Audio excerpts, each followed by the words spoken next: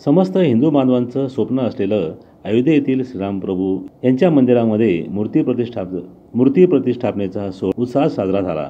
या पार्श्वभूमीवर नाशिकच्या काळाराम मंदिरामध्ये ISP CNP प्रेस मजदूर संघाचे जनरल सेक्रेटरी जगदीश गोडसे, कार्याध्यक्ष ज्ञानेश्वर जुंद्रे, उपाध्यक्ष राजेश टाकेकर, कार्तिक डांगे, रामभाऊ जगताप यांच्या हस्ते आरती करण्यात आली। या प्रसंगी मजदूर संघाचे पदाधिकारी तसंच संतोष कटाळे, अविनाश देवरुखकर, अशोक पेखळे, बबन सईद, प्रवीण बनसोडे, डॉक्टर चंद्रकांत हिंगमिरे, सुनील नाईक, संदीप व्यवहारे, राजाभाऊ लांगे, विनोद घाडगे, प्रकाश निकम, संजय गुंजाळ, उमेश गोडसे, सुधीर पगारे, मनीष कोकाटे, मनोज सोनवणे, अण्णा सोनवणे, श्रीपाद काजळे हे उपस्थित होते।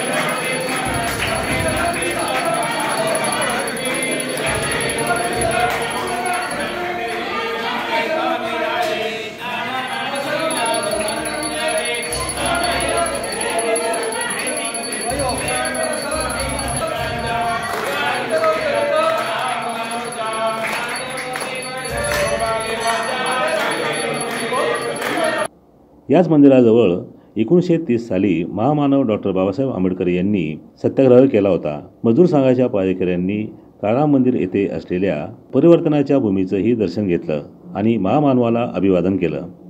आज संपूर्ण भारतामध्ये त्या ठिकाणी मर्यादा पुरुषोत्तम प्रभू श्री रामचंद्रजी यांचा प्राणप्रतिष्ठा सोहळा अयोध्येमध्ये आयोजित केलेला आहे। प्रत्येकाला अयोध्येला जाणं शक्य होणार नाही आणि त्यामुळं आपल्या आपल्या परिसरामध्ये प्रत्येकाने कार्यक्रम त्या ठिकाणी ठेवलेले आहे। नाशिक जिल्हा हा प्रभू रामचंद्राच्या पदस्पर्शाने पावन झालेला जिल्हा म्हणून आपण सर्वजणांना माहिती आहे। आज आम्ही India security press, currency note press, मजदूर संघाच्या वतीनं व सर्व कामगार बांधवांच्या वतीनं नाशिक येथील काळाराम मंदिरामध्ये सकाळी 7:30 वाजता आरती त्या ठिकाणी केलेली आहे। अतिशय उत्साहाचं वातावरण संपूर्ण जिल्ह्यामध्ये, संपूर्ण महाराष्ट्रामध्ये आणि भारतामध्ये त्या ठिकाणी आहे।